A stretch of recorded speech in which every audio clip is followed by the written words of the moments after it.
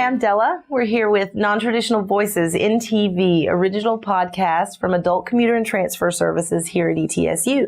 Today I'm talking with Leanne, and Leanne is a student here at ETSU studying Spanish. Leanne, what do you want to tell us about yourself today? Well, I'm on my second bachelor's degree plan. My first bachelor's was in elementary education and anthropology, and now I'm doing the Spanish and applied Spanish. I had the opportunity to go back to school because my husband retired from the Air Force and he was able to deal with the domestic side of life. Basically, I have been in Texas teaching. I haven't had a chance to teach here. And I hope with this degree that I will be able to possibly teach or become a translator and interpreter. Excellent. That's exciting. So you travel a lot. I used to travel before, obviously, I got married. I've been to Spain and to the Middle East, to Mexico, Puerto Rico, different places. I've always enjoyed Spanish. So for me, this was a really good opportunity. Yeah, I actually love traveling too. I think immersion is probably one of the most powerful ways to learn a language. Do you find that's helpful, those experiences in your education? Absolutely. That way you can also understand people besides just the language. And the culture too, yeah. Right. And you have an anthropology background too, right? So you studied the culture. Right, I enjoy cultural anthropology. My favorite course in my first undergraduate degree program was West African art. Wow, that's exciting. Like Morocco kind of area? No, that's more North Africa. Oh, okay. The Ivory Coast. Oh, It's really the type of nice. art I was studying, and I was extremely, extremely interested. It counted as cultural anthropology. That's exciting. That sounds really cool. So, what do you think that some of the programs at ETSU have done to benefit your studies? From what I understand, you're on your second degree now. Right. So I've had this is my first semester, and I have some terrific professors. It's been very demanding. Having a full degree plan, and I haven't before. I've taken some courses in between. I have a graduate certificate in something called TESOL, Teaching English to Speakers of Other Languages. But I did not go full-time. I went part-time. So this is a very different thing to do. And So you're going full-time now. so now I'm going full-time, which is a big difference. But I enjoy it. Yeah. The library here is incredible. Yeah. Legendary. We are very lucky to have this library. And they have a coffee shop. Yes, that's helpful. Yeah. Yes, we need that. So what do you think are some of the challenges that you face specifically that's unique to your situation as an adult student, as a married student, as someone who's pursuing a second degree and you've been traveling and you're not real new to this? What do you think are some of the advantages and challenges that you have? Well, an advantage I have is that I really understand the background for most of my courses much more thoroughly than a regular undergraduate would, a traditional undergraduate. I guess the disadvantage is that sometimes I'm a little bored by that because I have about 20 years on everybody. Yeah. But obviously the challenge is that I'm getting lots of things in Spanish, which is different. Yeah, that's a fun experience. Right. I'm having to operate in Spanish, which I did not ever have to do before. Do you find yourself ever like thinking in Spanish and translating your day-to-day conversations? I do all the time. In your head, yeah. All the time I'm doing that. I used to dream in Spanish, actually, a long time ago. That's awesome.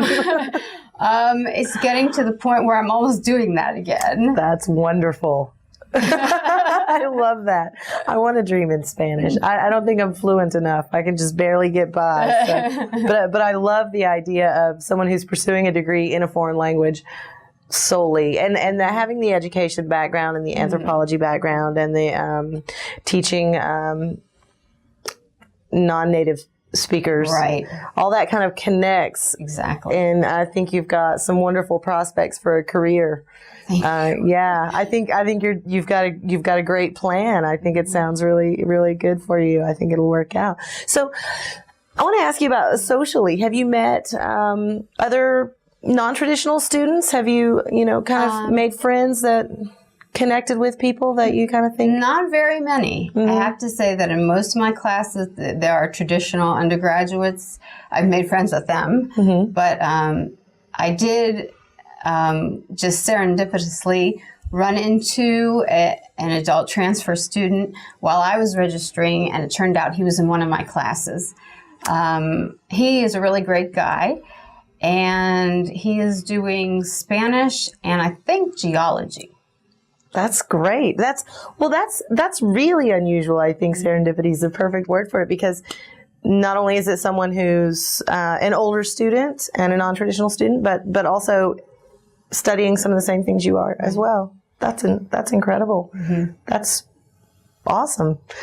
I love hearing that, because I think that's really helpful, because I think sometimes adult students feel like they're all alone, and there's not a lot of other, there are not a lot of other adult students on campus. In fact, there's 40% of this ETSU student body is over age 23, which you wouldn't know it to look around, but we're busy, We Right. come to class and we go home. And we go. And, we don't have a lot of time to really have visibility on campus. So I think that it's important for us to kind of connect with each other and know that there are other adult students out there, so that, you're not really feeling like the oldest person in all of your classes. And that's an easy feeling to have sometimes.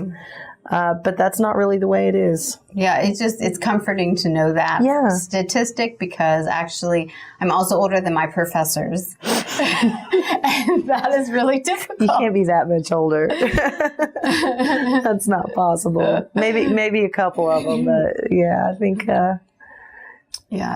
Yeah, I like this project, and I'm really glad that ETSU has a department for non-traditional students. Have you had a chance to use any of our resources? Have we been? I haven't. It's just been go since the beginning of the semester. Well, now you know, and if you need anything at all, our office is in the Culp in the Arc, and it's on the second floor. So if you need anything, even just to kind of come and rant, you can come and see us, and we've got somebody there to listen. And if you have any questions and you don't know how to answer them, if we don't know how to answer them, we'll find out who does. Okay, that would be great. Yeah, we are totally here for you. And that's our job, is to make life easier on campus for non-traditional students, whether you're an adult student, a commuter, a transfer student, or any other type of non-traditional student, because we have full-time workers who may only be 20, but they have to work full-time and go to school part-time, Right. So part-time students, and,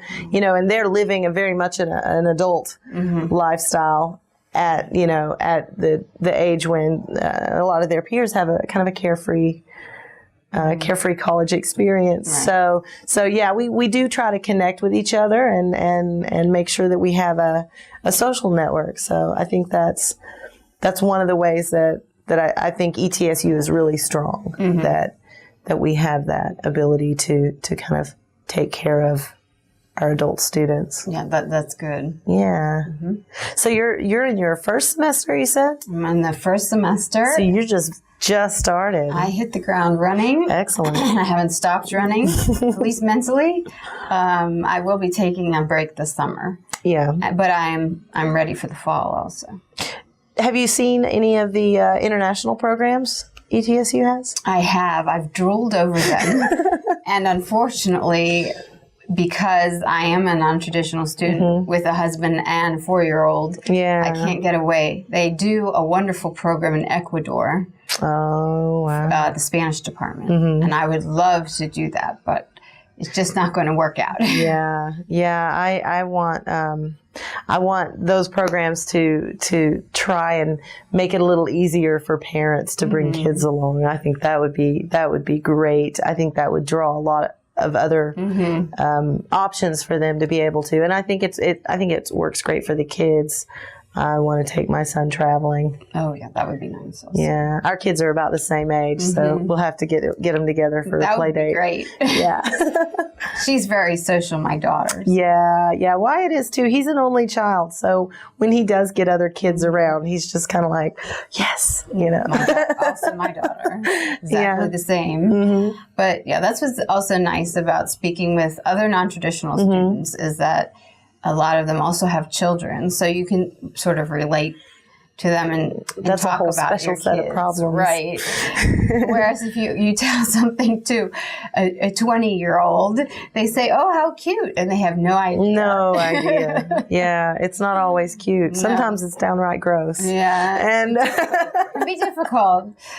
Yeah. I'm on deadline. I can't play. Right. Yeah. So do you? How does your daughter perceive you as a student? I mean, does she understand that mommy's in college and this is very cool? She does, and she's decided she wants to go to ETSU.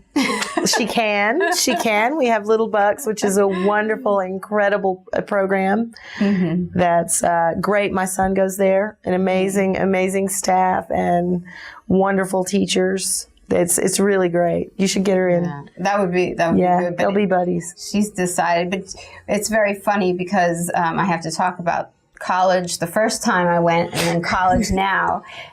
And so she asked me questions and I say, well, the first time I was in college, I did do a lot of sports and I was very involved. Because that was when you were a traditional student, when I was right? a traditional student. Yeah. Now that I'm not, I say, okay, this time I'm not doing sports. So she's beginning to grasp that idea. Yeah. Well, that's exciting. So do you think it's going to help her to have a different outlook on education as she grows? I mean, when if you just started, you've got a couple of years left in your program. Right. So she will grow up kind of in that environment. You think that'll be helpful for her? I think it's very positive, and that she is interested in things academically. So to have me also saying to her, I have homework to do, or mommy has work to do. I have to get out your homework. She'll understand that. So her transition into elementary school, I think, will be smoother. Yeah, because she's been surrounded by it. That's excellent. Yeah, I think that's one of the biggest perks of being a student and a mom. That they're getting the exposure of and that value of education. Wyatt says he goes to the pirate college and he thinks that's so exciting. And people ask him where he goes to pre-K. He says, I go on campus. And he's very cool about it. And, and sometimes I have to remind him to dress down because he's going to be on the playground and getting dirty. But he's wanting to dress, because he's so much office. Yeah, his little office suit, So yeah, you should definitely look into getting her into Little Bucks, because I also find too, because it's an academic setting and a pre-K, so they do a lot of play, but they have an academic focus, and because they're here on campus and the teachers are in the early childhood education program, so they're all very well trained, very well trained, and I think that experience before kindergarten makes a big difference. I know kindergarten teachers who can tell on day one who has and has not been to pre-K and has some experience of leaving home to go to school every day. And which children come from homes where there are books and people learning. That is a big difference. Absolutely. And it follows them all through the school experience. Absolutely. I think ETSU is set up very well for adult students. And I think, well, given that nearly half are adults, and when you add in the other kinds of non-traditional students, it's more than half. So we're lucky to be here because, other schools that maybe don't have that kind of reflection of the national trend, because this isn't just ETSU. This is a national trend that adult students are going back either to retrain or because they didn't go in the first place, or went in the first place and want to add to it, like what you're doing. And, so lots of reasons that students may not be ready to go right out of high school. How did that work out when you went from being a traditional student, your first degree? How does that compare to now in terms of your your focus and energy? Well, in certain ways, I have a much better focus than I did, obviously, as a traditional student, because as a traditional student, I was very involved socially with what was going on. I lived on campus. I belonged to different organizations. I sort of had a totally different kind of life. And now my focus is very good, but I do miss the time that I used to have as a traditional student. But at the same time, I didn't have the focus when I had the time. And now I don't have the time, but I have the focus. So that's that's a great way to think about it too, because if you don't have the time, you kind of need more focus to be able to direct your energies in a more specific ways to get it done. And that had never actually occurred to me. I have been both as well. I started as a traditional student and left to travel and left to take care of my grandmother when she was dying and left to help my mom in the family business and left to have a baby. And, so I've been going fairly steadily, but, I've taken a lot of time off. So in that time, I have become an adult student, right, and just never stopped. And if I had have kept going and never left and not dealt with my family responsibilities, then I probably would have a couple of PhDs by now, but I wouldn't know enough. I wouldn't know nearly as much as I know now. Yeah, I think I went into teaching right after. Well, I traveled a little bit first, but then I went into teaching. I think I'm glad I did not go from the bachelor's to the master's in education. That was an option here, but I decided that I had done the education and I wanted to see if I could do something else. And I wanted to combine it with something that I have a great passion for. Yeah. So that's why I'm in Spanish. That's great. I think we need more bilingual people. I want to be a polyglot when I grow up. I want to know several languages. I know. And I think it's important, and I think it's something that it's becoming more valued as time goes on, and it's becoming more common to see translations on things, and the world is I getting think that's smaller. Great. Yeah. And you're preparing for it. That's excellent. I'm trying. And you're trying, and how wonderful that you're doing. I think you're doing well. I think you're not just trying, you're succeeding. I hope so. We'll see what my grades look like in May. Yeah, well, I mean, I think if given all the energy that you are putting into it, and I think you won't have anything to worry about there. So, thank you. Yeah. Thank you so much for joining us today. I really appreciate it. I've had a great morning chatting with you. It was a lot of fun. I know, and I think we have learned a lot about each other, and that was nice. We made friends, so that's really great. Good. That's our goal. So, thanks. Yeah, take care of yourself. Yeah, I have to go to class. Yeah, I have class this afternoon, so I have a little bit of time, but you'll be rushing off to class, and we are here if you need us. Okay, anytime. Thank you. Care. This has been NTV, Non-Traditional Voices. Thank you for joining us. Leanne and I have been having a wonderful conversation, and we hope you'll join us next time. Thanks.